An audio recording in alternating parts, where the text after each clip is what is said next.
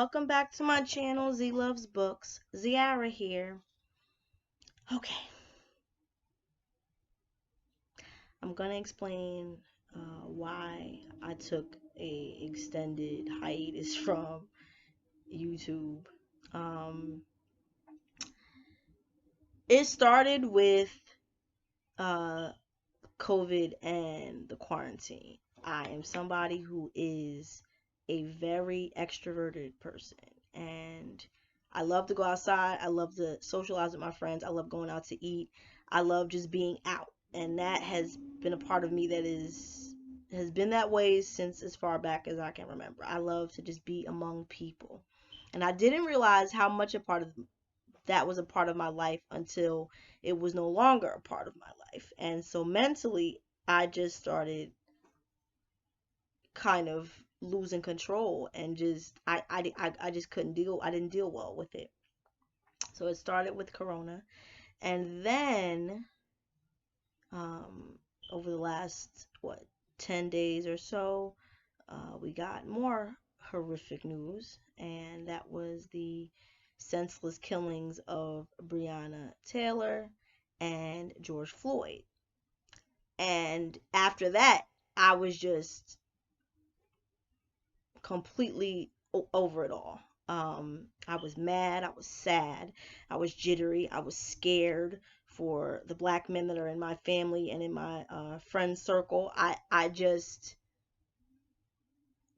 felt out of sorts all over the place. And so I knew that I could not film a video in that state. And so I didn't. And then I said, no, well, I have to do something. I have to get it out somehow. And so I decided to do a video. And in this video, I want to share with you the black authors that are important to me and that I feel like should be on everyone's tongues and everyone's shelves. So that's what we're going to do today. That is the overall game plan. Let me also say that reading black literature should not just be something that we do for right now and then put to the wayside. Reading black literature should be a habit, a conscious habit, and should be the norm. It shouldn't just be something that is a fad or just done at the moment and then cascade and then discarded. Period. I am very fortunate that my mother made sure that I had black books at the ready. Some of my favorite books growing up were Mufaro's Beautiful Daughters by John Steptoe, Mildred D. Taylor's Roll of Thunder, Hear My Cry. Let's see. There's just so many that I can recall that I still have that are very important to me and shaped the young woman that I turned into. And I'm thankful to my mother for making sure that they were a part of my life. A lot of kids did not have that. They didn't have access to those books, and it's unfortunate. And we need to become aware of the images that we are giving our kids, and make that extra effort to make sure that they have more diverse literature. Period. Black writers specifically, have a lot to say, and it's time we heard them. It's time those voices are amplified. End of story. And so I decided to come on and do this video where I share some of the ones that are important to me. And so here we go. Jump on this roller coaster ride with me, folks. All right. So let me start with somebody who I call Mama Maya. Have you guessed who I'm about to talk about? That is Maya Angelou. This is I Know Why the Caged Bird Sings. This is one of 7 of her memoirs. If you did not already realize that. She has written many volumes over the course of her life that encompass her full autobiography, and this is number 1 right here. And you learn so much about this beautiful, beautiful woman. How when she was a kid, due to some very horrific events, she became a mute for a few years of her young life until she discovered books. And then she felt like she got her voice back. Um, this is, if you haven't read this, you are missing out. I actually met someone very shortly after her passing that had never met Maya Angelou, and I was just so taken aback by it. I probably came off kind of hoity-toity to this man, but at the time I did not care. Um, I had already had it in my mind prior to her passing that I wanted to read all of her autobiographies. And when she passed in 2014, I went on a mad search for the rest of her volumes. And I walked into a small bookstore in Newark, and there was only two people in the store, the manager and another employee. And in the manager's defense, the store was really small, and it was almost like you were in this bookish bubble. So he hadn't turned on the television because he was at work.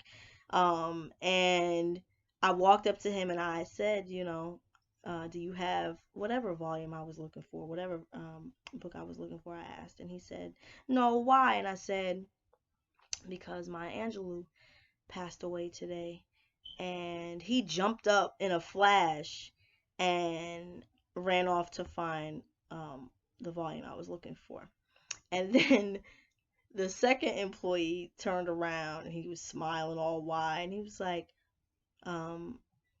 isn't Maya Angelou in those Tyler Perry movies? And I just looked at him and I was like, she is so much more than a couple of scenes in a Tyler Perry movie. Try Poet Laureate. Try she gave the inaugural address at Bill Clinton's 1993 inauguration. I remember that day so very vividly. I was 10 years old, and my school had gathered us together to watch it. And I remember when she took that podium, I was in a daze because I said, look at this black woman and look at how she has these people in the palm of her hand. She has their rapt attention. Like, she is commanding this crowd right now. And I just, from that moment on, I could not get enough of her. I could not. I like my appetite for her writing was insatiable, and from that moment on, I just, whatever she put out, I had to get my hands on. One of my favorite poems is probably a cliche, but still I rise.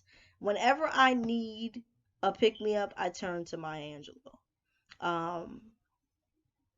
Whenever I need to be reminded of the things that make me special and unique, I turn to Maya. She is a juggernaut, folks. Period. And someone that we should be aware of. And like I said, her writing is still relevant right now. Even though she's gone, that writing is still going to continue on. Period. So I'm going to move on to my next author. Oh, I have all my stuff right here, and yet I can't find anything. I don't know what's going on with me today. Okay. So the next up is another wonderful woman, and that is Lorraine Hansberry, and this is To Be Young, Gifted, and Black, which is her autobiography. Most people know her for Raisin in the Sun, which is an amazing play about growing up in Chicago, being poor. But To Be Young, Gifted, and Black is her story. And what I learned by reading this book is that Raisin in the Sun was taken from her own life, growing up in a poor part of Chicago, and her parents eventually moving to a predominantly white neighborhood, and some of the issues that she faced while growing up during that time period. She is an amazing woman, one that deserves our attention. I didn't realize, think about it. She was a black woman writer, and there was not very many of them. It was a struggle, and she was able to persevere. That is a lesson in encouragement and resilience right there.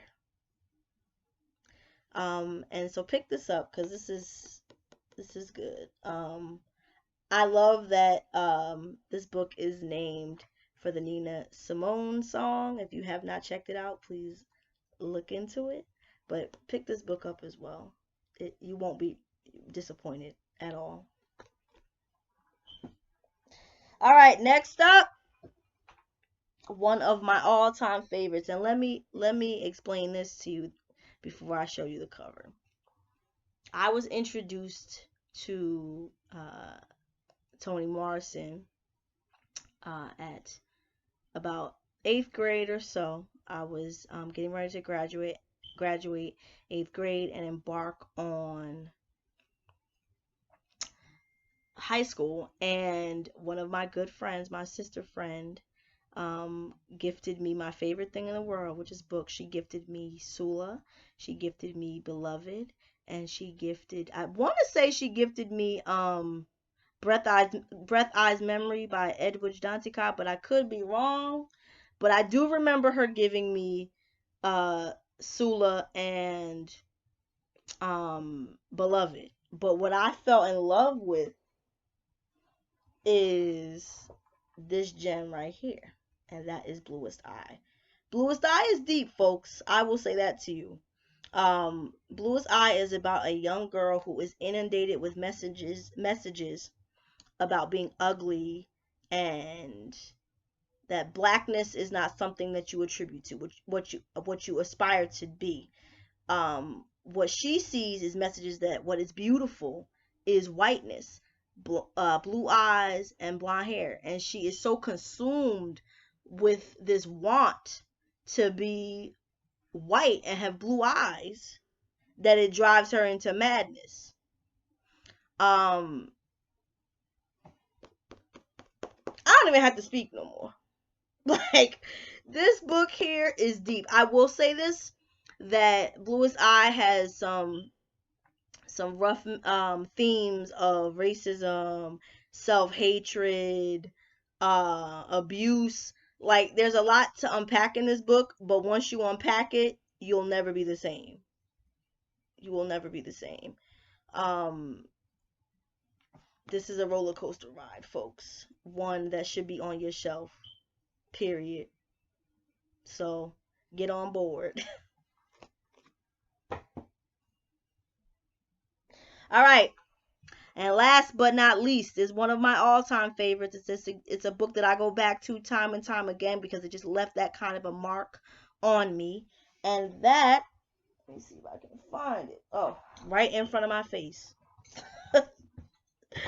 Oh boy. Is Daughter by Asha Bandele.